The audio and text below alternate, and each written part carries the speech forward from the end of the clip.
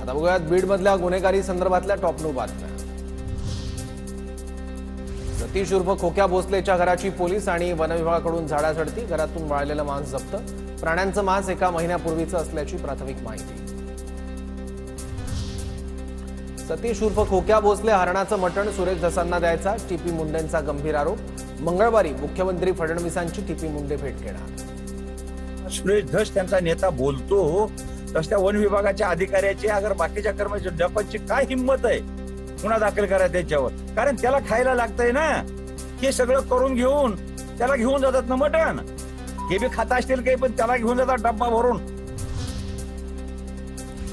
Lawrence बिश्नोईच्या नावाचा वापर करून सतीश भोसलेला धमकी, खोक्या भोसलेला लवकरच जेलमध्ये टाकण्याची मागणी। हरिण आमचं दैवत, खोक्या माफीच्या लायकीचा नाही, बिश्नोईच्या नावानं धमकी।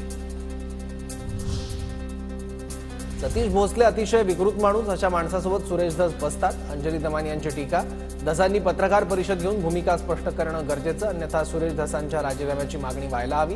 दमानी आक्रमक। विकृती किती आहे ते कळतंय आपल्याला, आणि मारहाण म्हणजे रक्तबंबाळ केलं त्या माणसाला, हॉस्पिटलमध्ये होता, त्याच्या मुलालाही बेदम मारहाण केली, त्यालाही पायाला फ्रॅक्चर्स झाले।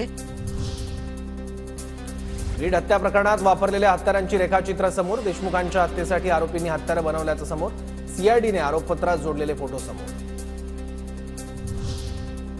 लहान गोष्टीसाठी जीवावर का उठतं, हत्याआधी संतोष देशमुख आणि विष्णू चाटेमध्ये झालेला संवाद समोर, वैभवी देशमुखचा तपास यंत्रणांसमोर जबाब। काँग्रेसची मस्साजोग ते बीड सद्भावना यात्रा, आज आणि उद्याच्या सद्भावना यात्रेत मोठ्या संख्येने नागरिक सहभागी, देशमुख कुटुंबियांचाही सहभाग। सीआयडीकडून पुन्हा बीड सत्र न्यायालयात अर्ज, संतोष देशमुख हत्या प्रकरणाचा खटला केस कोर्टात नको तर बीड सत्र न्यायालयातच चालवण्याची विनंती, कायदा सुव्यवस्थेचं कारण देत अर्ज, बीड सत्र न्यायालयात मुख्य न्यायाधीशांसमोर 10 तारखेला सुनावणी होणार। बीडमधील मारहाणीच्या आणखी 2 घटना समोर, घरात घुसून अमानुष मारहाण करतानाचा व्हिडिओ समोर, मारहाणीत 2 जण गंभीर जखमी, 3 मार्चची घटना, तर जिल्हा रुग्णालयात मारहाणीची दुसरी घटना, सुरक्षा रक्षकांकडून एकाला काठीनं मारहाण, 23 फेब्रुवारीची घटना।